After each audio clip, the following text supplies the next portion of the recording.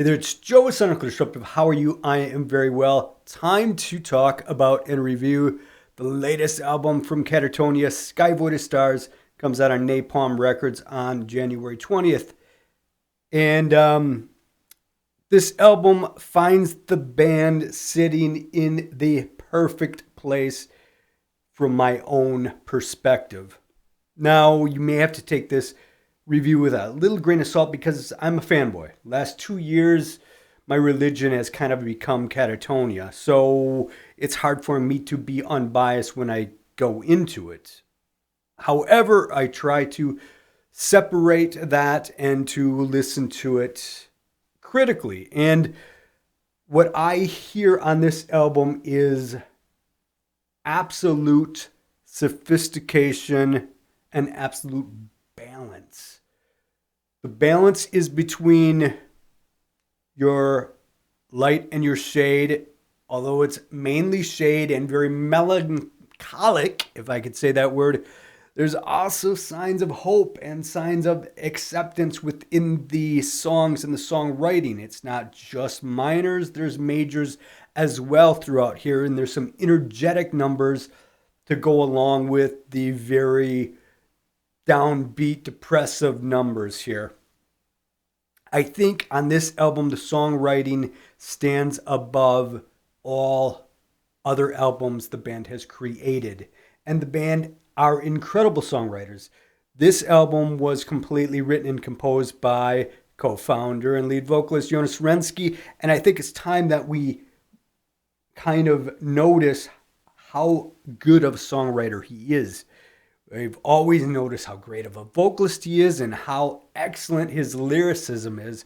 But the songs he has crafted on this album are just stellar. Like, I feel every moment is necessary. The production here is just excellent. It's covered in this atmosphere of darkness.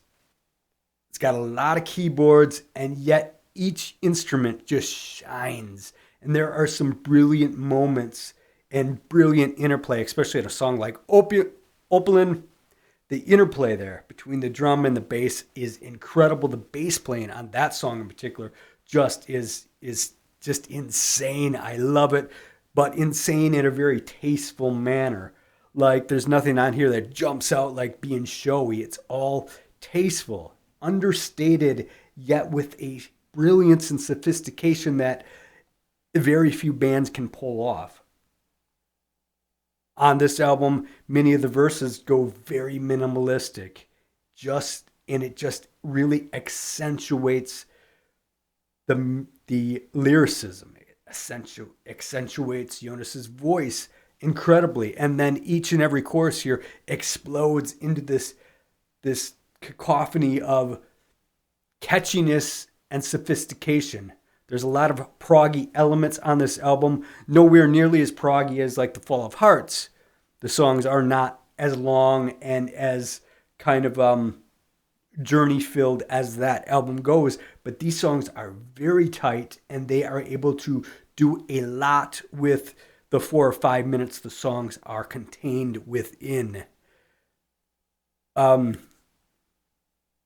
Songs like Opalin, Drab Moon, Author, Impermanence, No Beacon to Illuminate Our Fall, and Absconder are among the best songs the band has ever recorded. I just find myself listening to this album time and time again, never getting bored. There's little elements that you notice through each listen, and songs that may appear very straightforward and to the point usually have something else going on kind of underneath the hood if you take the time to really focus and listen. A lot of interesting moments. You have some excellent fills here on drums, just some incredibly creative playing. Some excellent guitar riffage going on here. Like I said, you got a very good mix of the aggression mixed with the very softer side, but it's all just wrapped up in this just warm, depressive package that is Catatonia. Um, what else can I say here? Some excellent guitar solos,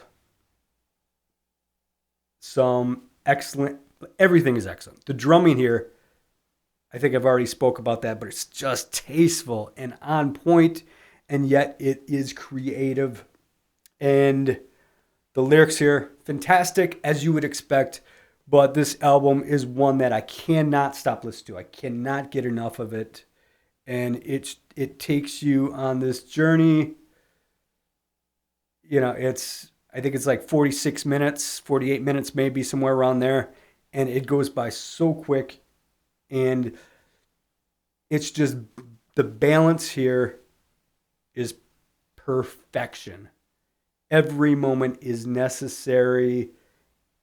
Even the silences in between the notes feel like they were like etched by some god or something. Like, this is where it's got to be. It is that perfect to my ears. Now, I'm a fan of newer Catatonia, more so than old Catatonia. So maybe that's a little perspective, but this album is my favorite Catatonia album ever made, and I never thought I would say that. Fall of Hearts has this very special place in my soul, and it still does, but at this moment, Sky Void of Stars has gotten a little bit further, a little bit over top of that album, just because of the cohesive nature of this album. I love it, every moment of it. Go buy it on January 20th.